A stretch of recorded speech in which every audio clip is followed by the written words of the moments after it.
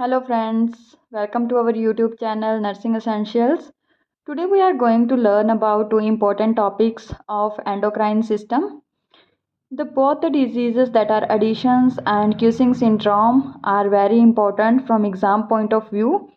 So now we are going to learn about these diseases, and we also learn the difference between both the diseases because sometimes students get confused in both the diseases. So now we are going to learn in detail about both the diseases. So firstly, we need to understand about the adrenal gland. The location of adrenal gland is on the renal or on the kidneys, and the two important parts of adrenal gland is adrenal cortex and adrenal medulla. Adrenal medulla is central part of adrenal gland and adrenal cortex is peripheral part of adrenal cortex. So now we are talking about the hormones that are secreted from adrenal gland. So first of all, the hormones that are secreted by adrenal cortex are three hormones, and for remembering these three hormones and the three layers of cortex that releases particular hormone, we denote them according by the trick GFR. G for zona glomerulosa, F for zona fasciculata, and R for zona reticulosa. So you can remember by GFR, G for glomerulo and F for fasciculata and R for reticularis. So the first layer that is outermost is glomerulosa is secrete mineralocorticoids, and zona fasciculata secretes glucocorticoids, and the third or innermost layer that is reticularis secretes androgens. So in this way you can remember these three important hormones and these three layers of cortex. The adrenal medulla secretes catecholamines that are epinephrine and norepinephrine. These hormones are responsible for flight and fight response. And in these hormones we will study in detail because both these three hormones are involved in Addison's disease and Cushing syndrome. So now we are going to learn about these diseases.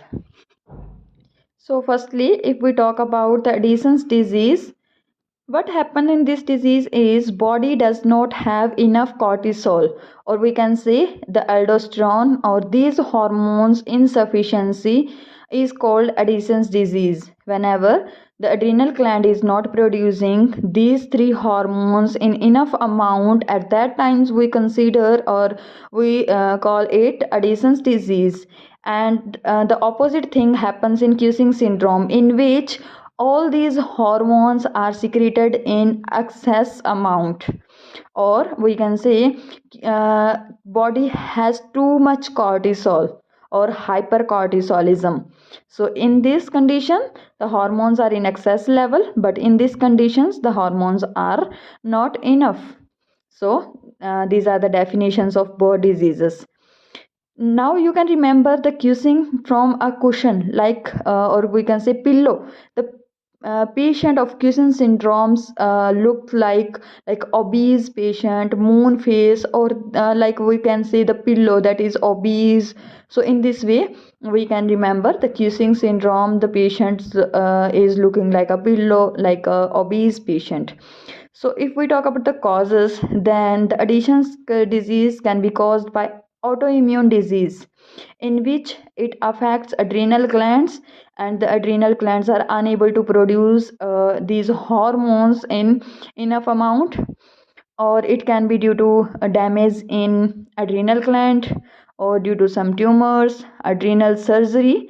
When we remove the adrenal gland, at that times the hormones are not produced, so at that time there is also a risk of Addison's disease, and sometimes infections also cause this disease. If we talk about the Cushing syndrome's causes, then the first is primary cause, that is abnormality in adrenal gland. But if the adrenal gland is all right, there is no problem, at that times if the Cushing syndrome is occurs, it can be due to pituitary adenoma, in which the pituitary secretes excess amount of ACTH hormone, adrenocorticotropic hormone, and that stimulates the release of cortisol. So in this way, it also happens in Cushing syndrome. There are two causes, primary and secondary. Primary is related to adrenal gland and secondary is related to pituitary. Now we will talk about symptoms in Addison's disease and Cushing syndrome. In Addison's disease, the patient experiences weakness. It can also cause hypoglycemia, in which the blood sugar level goes down. Fatigue, hyponatremia, the sodium level decreases. Hypotension, blood pressures also decreases. Hyperkalemia, in which the potassium level increases. As we know, potassium and sodium is opposite to each other. So in this condition, there is a hyponatremia. So there is hyperkalemia. Hypotension and the irritability. The patients feel irritable and it can also lead to depression. So these are the symptoms of Addison's disease. And then we comes to Cushing syndrome, and the patient has moon face because the fats that is deposited in facial muscles, facial tissues. So the patient's face looks like a moon face. Muscle weakness, hypertension. In this disease, there was a hypotension. Here it causes hypertension.